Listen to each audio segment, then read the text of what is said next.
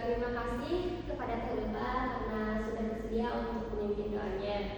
Lalu sebelum melanjutkan sesi selanjutnya, apakah kalian sudah pernah melakukan sesi konseling kelompok sama dia? Belum, Teh. Oh, jadi ini baru pertama kali ya kalian melakukannya? Oke, kalau begitu izinkan saya untuk menjelaskan kepada kalian mengenai apa sih itu konseling kelompok. Apakah diperbolehkan? Boleh, Teh. Oke. Jadi konseling kelompok itu adalah bantuan yang diberikan oleh konselor atau guru BK untuk membantu menyelesaikan permasalahan dari masing-masing siswa. Baik itu bisa melalui dinamika kelompok ataupun bisa juga melalui konseling individu gitu. Terus hal ini tuh memiliki tujuan, yaitu untuk menyelesaikan masalah siswa, mau masalah pribadi siswa ataupun masalah siswa ketika sedang ada di sekolah gitu. Nah, jadi caranya itu seperti ini. Kalian ini bisa menjelaskan masalah dari masing-masing diri kalian sendiri. Mau itu dari Lupa dulu, terus nanti dilanjut mungkin ke Tesofia. Dan nanti kita pilih gitu ya salah satu masalah untuk diselesaikan masalahnya di sini gitu. Apakah sampai sini dapat dimengerti? Oke, dilanjut ya. Dalam konseling ini ada beberapa asas yang perlu kita tahu ya. Yang pertama ada asas kerahasiaan, ada asas kesukarelaan, dan asas keterbukaan. Asas kerahasiaan ini jadi saya minta kalian menjaga rahasia gitu, informasi atau permasalahan yang teman kalian sampaikan kepada kalian. Lalu asas kesukarelaan. Jadi kalian datang ke sini itu atas kemauan sendiri gitu, bukan atas keterpaksaan dari orang lain. Apakah kalian datang ke sini atas kemauan sendiri nih? Iya, kemauan sendiri. Oke, baik. Lalu asas keterbukaan. Nah, saya harap kalian ini bisa terbuka gitu kepada saya dan menyampaikan permasalahan yang sedang kalian alami gitu. Lalu nanti di sini kita akan membantu gitu menyelesaikan permasalahan tersebut.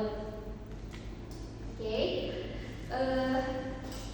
Sebelum kita mulai melakukan sesi konseling, mari kita berkenalan terlebih dahulu nih. Saya tahu ya kalian ini sudah saling kenal ya sebelumnya, tapi alangkah baiknya kita saling mengenal lebih dalam lagi terhadap teman-teman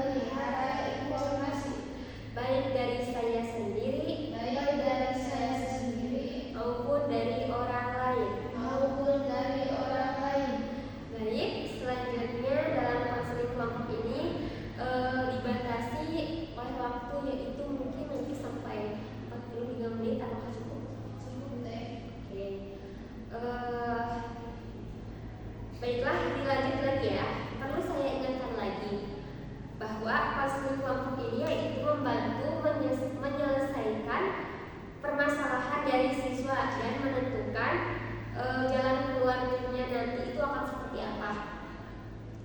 Terus di sini mungkin kita akan mulai menyampaikan permasalahannya. Mau siapa dulu nih yang mau menyampaikan masalah terlebih dulu? Boleh saya dulu teh? Baik, Pak, silakan. Saya merasa gitu kalau uang saku saya itu telah tersebar habis. Saya juga nggak tahu karena saya tidak membeli barang yang benar-benar manfaat buat saya. Sampai saya juga selalu introspeksi sendiri sambil bilang ini ke diri sendiri. Ini uang cepat habis padahal saya juga tidak membeli barang yang sangat-sangat dibutuhkan gitu. Oke, baik. Jadi kita tampung terlebih dahulu ya. Jadi Teh Ulfa ini merasa kalau Teh Ulfa ini terlalu boros ya. Oke, lanjut oleh Sofia. Jadi diri saya itu merasa sulit untuk mengatur uang jajan antara keperluan kuliah dan pribadi. Saya sering menggunakan uang kuliah untuk keperluan pribadi yang tidak terlalu penting. Oke. Baik, terima kasih kepada teman-teman yang sudah mengungkapkan permasalahannya.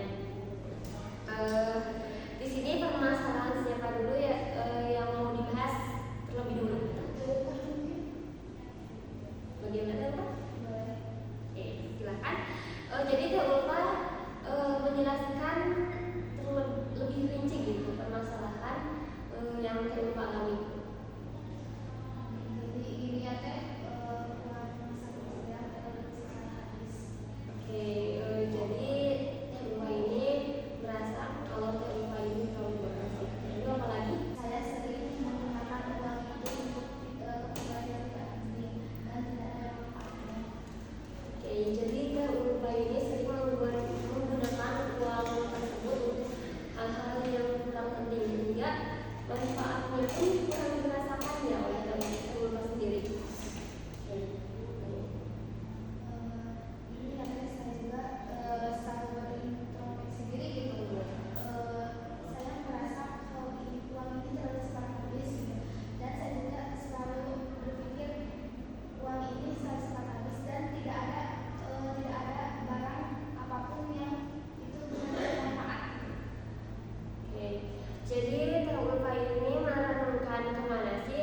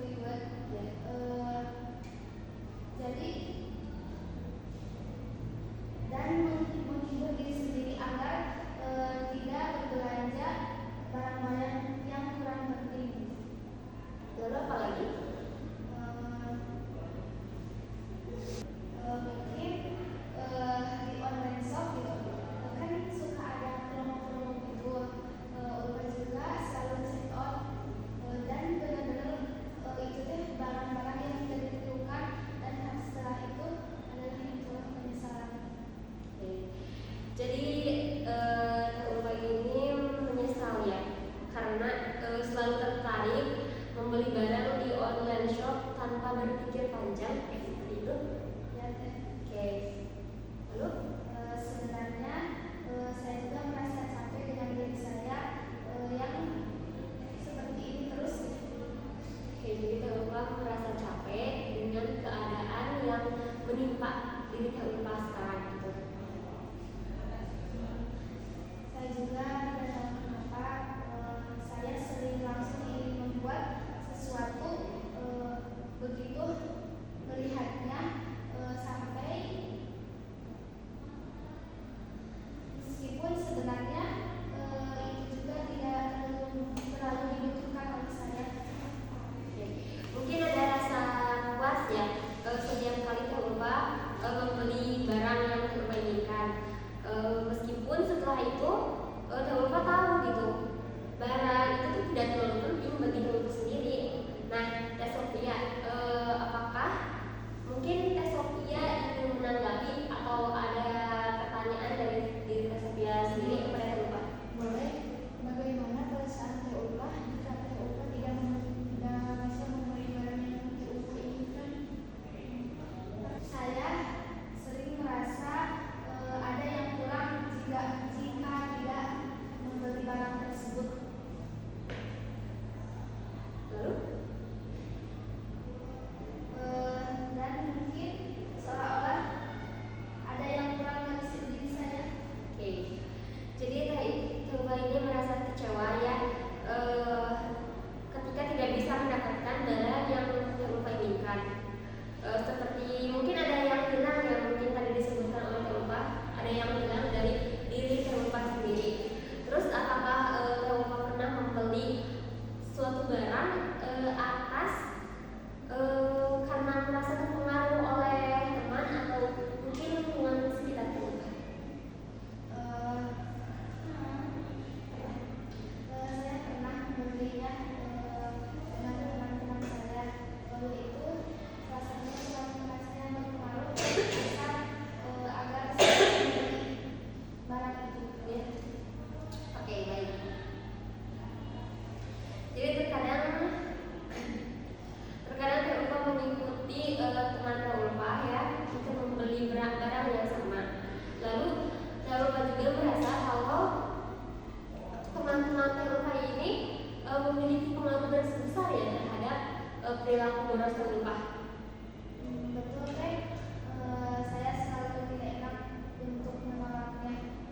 Jadi ketika Teh Ulfa menolak ajakan teman Teh Ulfa ini merasa ada rasa tidak enak ya dari diri Teh Ulfa sendiri. Ketika saya menolaknya teman-teman saya juga jadi itu berubah sampai saya juga tidak enak kalau dia memperlakukan saya seperti itu. Oke, baik. Jadi Teh Ulfa ini merasa bingung ya karena teman Teh Ulfa selalu marah dan ribut ketika Teh Ulfa ini menolak ajakannya untuk jajan barang gitu ya. Iya teh. Apakah Teh Ulfa merasa nyaman dengan keadaan yang seperti itu? Tidak sama sekali teh. Oke, apakah Teh Ulfa pernah berkomunikasi lebih lanjut dengan teman Teh Ulfa mengenai hal itu? Belum pernah.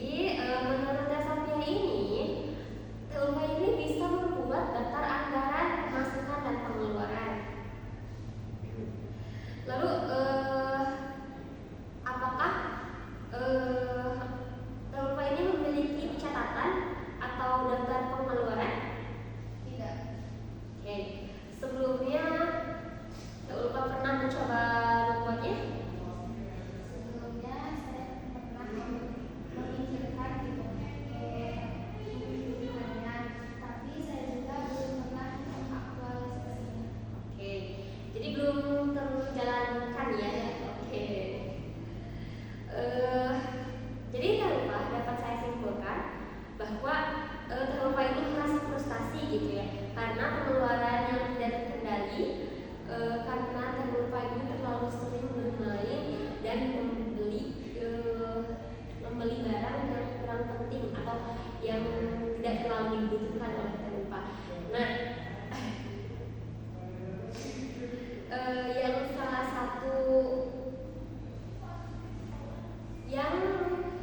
salah satu pengalaman ini tuh dipengaruhi oleh teman terlupa sendiri ya. Hingga untuk saat ini terlupa ini sulit untuk mengatur uang dan menabung untuk masa depan terlupa. Nah, dalam sesi konseling ini apa yang terlupa harapkan pada diri terlupa? Saya ingin lebih hemat. Dan seperti apakah perlakuan hemat itu? Mungkin ketika saya mengatur uang yang saya miliki dan bisa membeli barang yang lebih penting. Oke, baik. Terus apa lagi? Saya juga ingin lebih tegas terhadap teman saya dan berani menolak. Oke. Seperti apa sih rasa tegas, perlakuan tegas itu? Ketika saya mengambil keputusan atau bertindak, saya percaya diri. Oke, ya. Baik, coba nanti saya ada sebuah teknik ya terlupa, di mana nanti dalam teknik ini terlupa akan berperan sebagai top dog dan underdog. Apa itu? Jadi top dog di sini itu merupakan peran yang menyangkut tokoh atau seseorang yang berpengaruh gitu dalam hidup terlupa. Mungkin tadi disebutkan oleh terlupa salah satu yang berpengaruh dalam hidup terlupa itu teman terlupa ya. Nah, nanti terlupa akan memerankan sebagai teman terlupa gitu. Nah, ada underdog. Jadi underdog ini adalah tokoh atau mungkin seseorang yang terzolimi atau teraniaya, tapi istilahnya tidak sejauh itu lah ya. Mungkin bisa dibilang ini sebagai pihak yang merasa tertekan. Nah, di sini itu pihak yang merasa tertekan itu adalah terlupa. Nah, dilanjut di sini nanti saya akan menyediakan 2 kursi. Di sini nanti terlupa itu nanti akan berperan sebagai top dog dan underdog. Oke, baik. Nanti saya siapkan dulu kursi. Nah, jadi di sini sekarang sudah ada 2 kursi ya terlupa. Nanti di sini terlupa akan memerankan top dog dan underdog. Oke? Sudah mengerti ini top dog dan ini underdog. Sebelum kita mulai layanan konseling kali ini, nah ini teh namanya konseling teori teknik Gestalt ya. Apakah terlupa sudah pernah mendengarnya mungkin? Belum pernah teh, ini baru pertama kali. Oke. Nah, jadi ini merupakan salah satu teknik konseling dengan pendekatan terapi Gestalt dengan teknik kursi kosong atau juga bisa disebut dengan empathy chair. Nah, jadi nanti terlupa akan memerankan 2 tokoh, yaitu sebagai diri lupa sendiri, nanti yang akan diperankan di sini sebagai underdog, dan nanti terlupa juga akan memerankan sebagai teman terlupa, yaitu top dog yang nantinya akan diperankan di sini. Oke. Apakah terlupa bersedia untuk melakukan layanan konseling? Dia teh. Oke. Mau mencobanya sekarang? Boleh teh. Oke. Nah, kalau begitu saya persilahkan kepada terlupa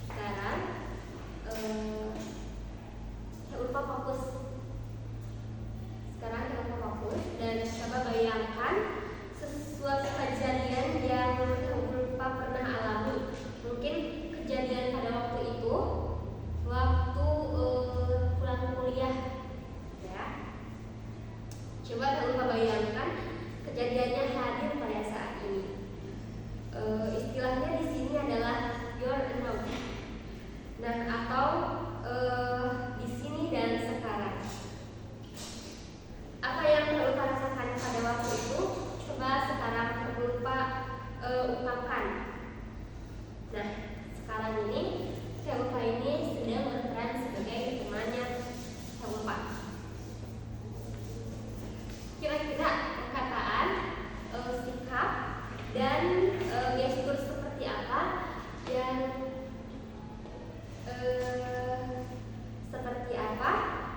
teman Teh Ulfa ini lakukan? Nah, nanti coba contohkan oleh Teh Ulfa. Dapat dimengerti? Ya. Oke. Sekarang sudah siap? Sudah, Teh. Sebelum itu coba ambil posisi duduknya yang lebih nyaman terlebih dahulu.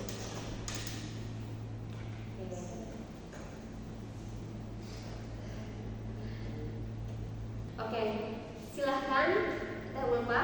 Sekarang Teh Ulfa di sini berperan sebagai temannya Teh Ulfa. Dan di sini kira-kira perkataan apa yang teman Teh Ulfa katakan kepada Teh Ulfa pada waktu itu? Boleh? Nah, jadi gini, pas waktu saya pulang kuliah, teman saya nih ngomong gini. Nah, ini tuh kamu di sini berperan sebagai teman Teh Ulfa ya? Iya, Teh. Oke, silakan dilanjut bagaimana?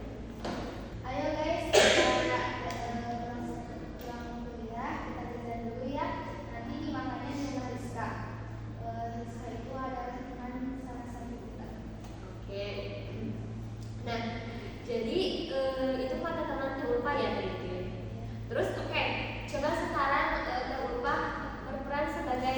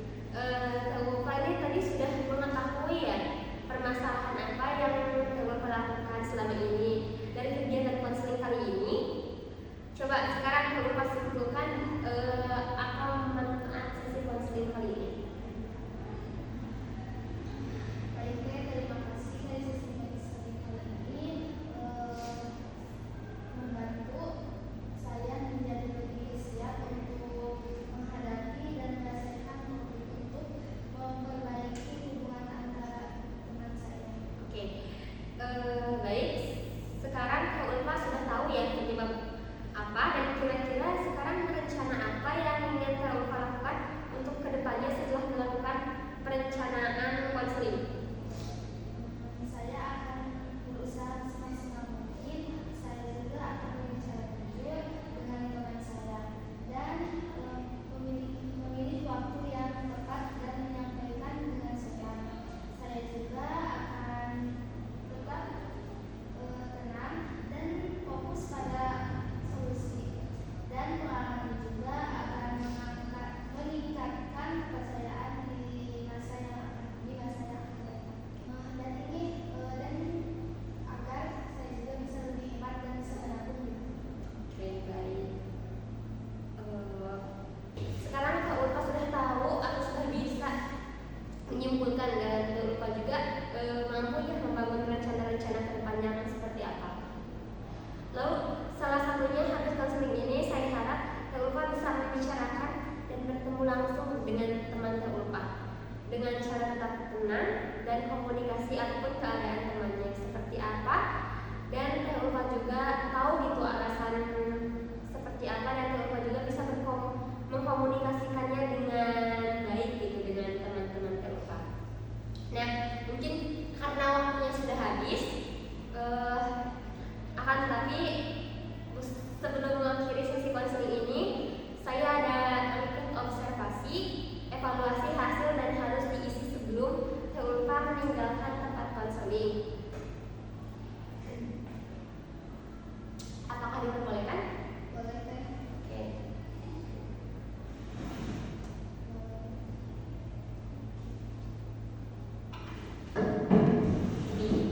Ini ada angket observasi. Ini ada.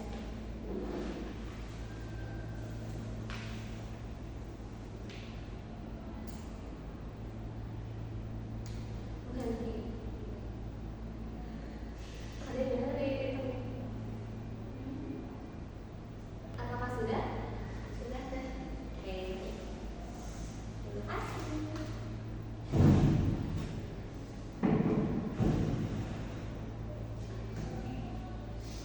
Oke, baik. Kalau sudah diisi, Kak Ulfa melakukan konseling kali ini dengan kemauan sendiri ya, bukan atas keterpaksaan orang lain. Dan mungkin Kak Sofia juga atas kemauan sendiri ya. Dengan konseling kali ini, alhamdulillah saya bisa langsung bertemu dan bertatap muka dengan kalian. Saya berterima kasih sekali. Lalu kira-kira apakah Kak Ulfa nanti mungkin kedepannya bisa berbicara dengan temannya dan kepada saya mengenai hasil pembicaraan dengan teman-teman sendiri? Iya teh, insya Allah. Mungkin Kak Ulfa bisa bertemu saya di lain waktu ya. Kak Ulfa sudah bisa melakukan tindakan atau rencana yang Kak Ulfa lakukan ke depannya. Mungkin kita tutup dengan bacaan hamdalah bersama-sama. Alhamdulillahirobbilalamin. Terima kasih kepada semuanya yang sudah bersedia hadir dan mengikuti sesi konseling ini. Saya ucapkan Assalamualaikum warahmatullahi wabarakatuh. Waalaikumsalam warahmatullahi wabarakatuh.